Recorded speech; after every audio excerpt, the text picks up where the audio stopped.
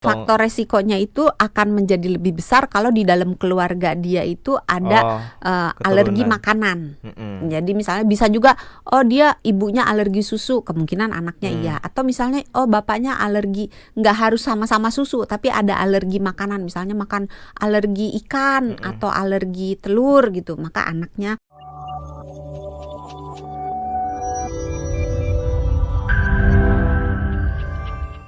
Intoleran laktosa. Ternyata sepenting itu buat kita tahu apakah kita tuh sebenarnya bisa nggak sih minum susu atau enggak, karena nggak main-main ya. Yang bahaya yang alergi sebetulnya. Kalau intoleransi walaupun dia menyebalkan, bikin perutnya nggak enak banget gitu gejalanya, tapi dia jarang yang menyebabkan kehilangan nyawa yang sampai serius gitu. Tapi kalau alergi potensi untuk menjadi serius itu lebih besar. Iya. Terus gimana caranya, Dok, supaya kita tahu kalau kita tuh ternyata alergi atau intoleran laktosa?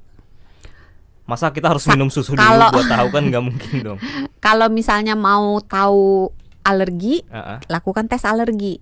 Oh, ada? Ada. Di mana biasanya? Di lab-lab yang harus di rumah sakit, di klinik ya? atau di rumah sakit, bisa? di klinik alergi bisa, di rumah sakit yang menyediakan dokter khusus untuk alergi bisa gitu. Pokoknya cari dokter yang khusus menangani alergi. Itu bisa dicek.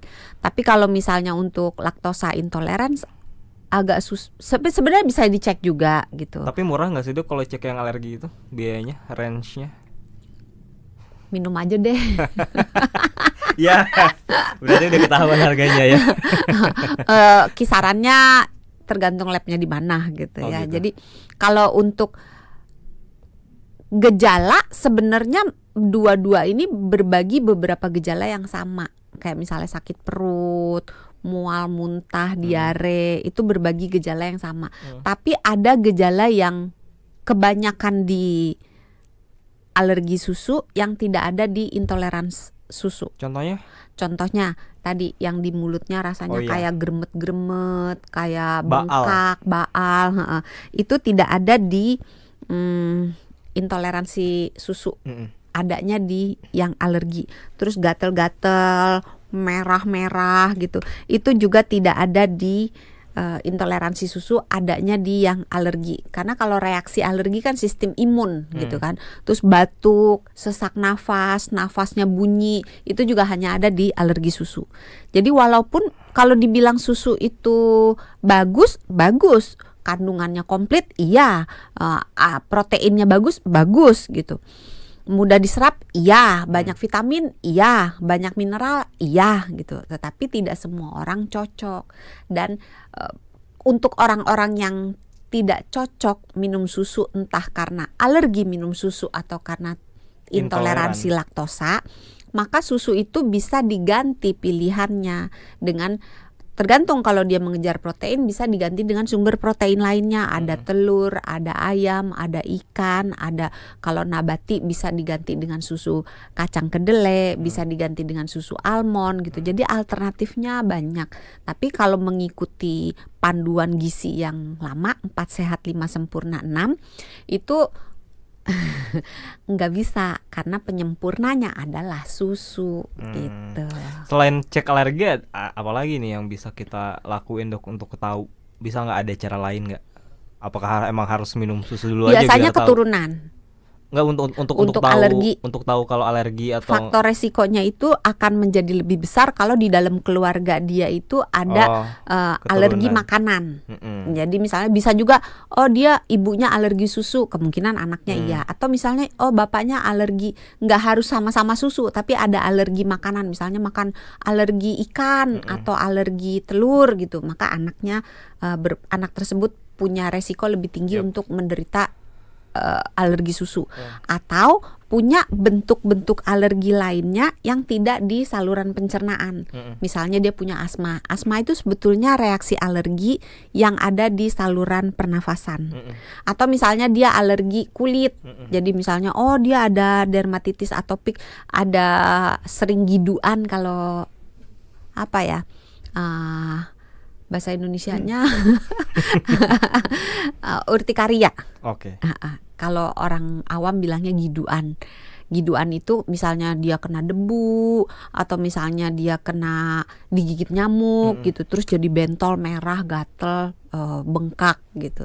Nah, reaksi alergi yang entah di kulit, di saluran nafas maupun di saluran pencernaan itu mereka berbagi resiko. Jadi kalau ada asma maka satu garis itu satu, jadi antara ayah, ibu, kakek, nenek, pokoknya saudara ya, tante, om atau adik kakak gitu, itu mereka berbagi resiko yang sama untuk alergi apapun. Kita baca di TikTok ya, karena kita lagi live juga di TikTok @radio.sonrafm92. Yohanes Water, semoga Indonesia punya susu laktas free kayak di Amerika Serikat ya kah? Kalau di Amerika udah ada. Ya? Udah ada susu yang laktas free tulisannya. Itu berarti susu nabati, Dok ya? Biasanya gimana? Susu kacang. Bisa. Atau kalau misalnya untuk orang yang laktosa intoleran pengen minum susu sapi, sebenarnya agak nakal nih ya. Tapi bisa diakalin. Bisa. Beli aja enzim pencernaan yang ada laktasenya. Oh, jadi minum itu dulu atau gimana? Ya bareng minumnya. Oh, jadi dicampur ya? Wah, ini tipsnya. Jadi karena begitu kan dia simptomnya itu muncul, gejalanya itu muncul karena nggak dicerna kan laktosanya. Nah, begitu dimasukin enzim laktase, ya kan bisa dicerna, jadi nggak ada masalah. Ya, ada boosternya, jadi tidak usah khawatir. Dan bisa di desensitisasi. Desensitisasi itu dilatih. Jadi biar bisa kebal. Cara ngelatihnya? Keren. Cara ngelatihnya? Pelan-pelan dikasih susu. Sama jadi, dicampur enzim itu tadi ya. Mula-mula mungkin dicampur enzim, tapi kalau mau melatih nggak pakai enzim. Tapi memang agak menderita dikit-dikit sih, tipis-tipis lah. Jadi minum susu dikit dulu. Karena efeknya nggak sebahaya kalau alergi ya. Iya, tapi kalau alergi jangan dicoba-coba, nggak perlu dicoba-coba. Kalau dia intoleransi boleh dicoba-coba. Ada Mada nih, beberapa orang tua termasuk mama saya minum susu untuk tulang, tahu ya Dok ya. Mereknya apa? Kira-kira seberapa berpengaruh sih susu itu? Pengaruh nggak? Nah, ini menarik nih. Terima kasih Ibu Mada tadi, makasih juga Pak Yohanes yang udah bertanya. Sebetulnya susu untuk beberapa kelompok orang memang diperlukan karena dia mudah, kan tinggal diglek gitu aja ya.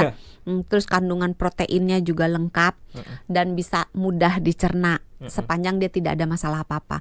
Untuk orang tua boleh minum susu, tapi sebetulnya udah agak terlambat.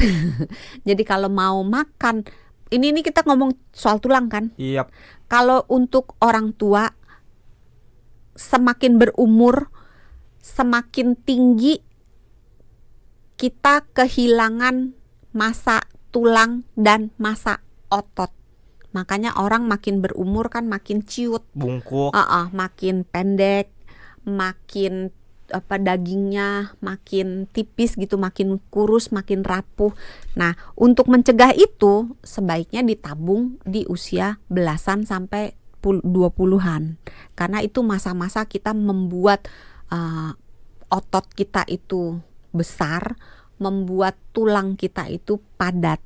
Nah, setelah itu pengaruh, tetapi akan sangat besar pengaruhnya apabila nabung kalsiumnya itu di usia di bawah 30. Kalsiumnya ya justru tapi boleh kalau minum susu untuk tulang justru di usia-usia seperti itu ya, kalau mau ya. Iya, tapi bukan berarti untuk oma-oma, opa-opa tidak ada gunanya, tetap ada gunanya karena asupan protein, asupan kalsium, asupan vitamin D yang cukup itu juga membantu si tulang, si otot tidak tambah parah gitu.